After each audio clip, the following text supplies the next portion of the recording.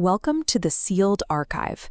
Today, we're looking at a structure so ancient, its very existence challenges the foundations of human history. It's called Gobekli Tepe, and for reasons we're still uncovering, its builders chose to bury it. Before we dig in, drop a comment below. Do you believe this was built by a lost civilization or by organized hunter-gatherers? Historically, civilization followed a specific sequence. First, farming. This leads to cities, providing surplus labor to construct massive temples. But a single hilltop in southeastern Turkey breaks that model. This site overlooks the plains of Upper Mesopotamia. Known as Potbelly Hill, it dates to 9500 BCE, right at the end of the Pleistocene epoch. This is the pre-pottery Neolithic, a time thousands of years before we thought humans were capable of large-scale architecture. These people were nomads, living without metal tools, wheels, or draft animals, yet they managed to quarry, carve, and transport 20-ton stones. This creates a logistical paradox. It forces us to ask if the human drive to gather and worship might have been the actual spark for the agricultural revolution, rather than its result. Before we look at the blueprints, I want to thank Audible for supporting the channel. The macro scale is staggering. An artificial mound 15 meters high across 9 hectares. Inside, archaeologists found circular enclosures. In Enclosure D, 12 stone pillars connect to form a massive ring. Each enclosure centers on 2 massive T-shaped pillars standing at the very middle.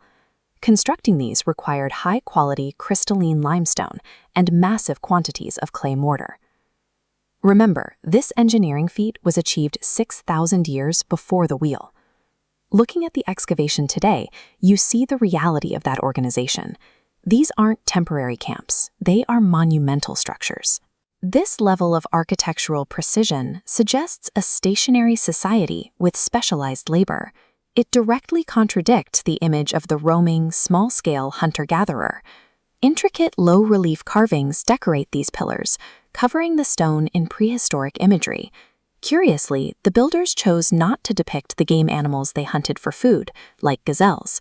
Instead, they carved formidable, aggressive creatures, scorpions, boars, and vultures, appearing as mythological guardians. These T-shaped pillars are actually stylized, faceless anthropomorphic statues. Many feature clearly defined human arms, hands with fingers, and belt-like reliefs carved into the sides.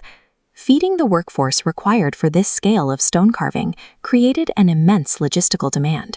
This pressure likely triggered the domestication of wild cereals, leading to the grinding stones and mortars found throughout the site. This suggests a complete shift in our understanding. The temple came first, and the friction of feeding its builders gave birth to the agricultural revolution. If your mind is blown by the age of this site, hit the like button. Because Gobekli Tepe hides a final mystery, its conclusion. Archaeologists found that Layer 3 was not destroyed by nature or slowly abandoned. These monumental enclosures were intentionally and rapidly backfilled. Covering Enclosure D alone required moving over 500 cubic meters of debris. The backfill material is composed of flint tools, animal bones from massive feasts, and fragmented human remains that were treated and discarded alongside the animal waste. Researchers identify this as a ritual burial. The builders sealed their sanctuaries in the same way they might have treated a human body, encasing the entire complex in a permanent time capsule. Gobekli Tepe proves our ancestors were driven by more than just survival. They had a profound need to organize and understand their place in the cosmos. Tomorrow, we're exploring the Antikythera mechanism. Subscribe so you don't miss it.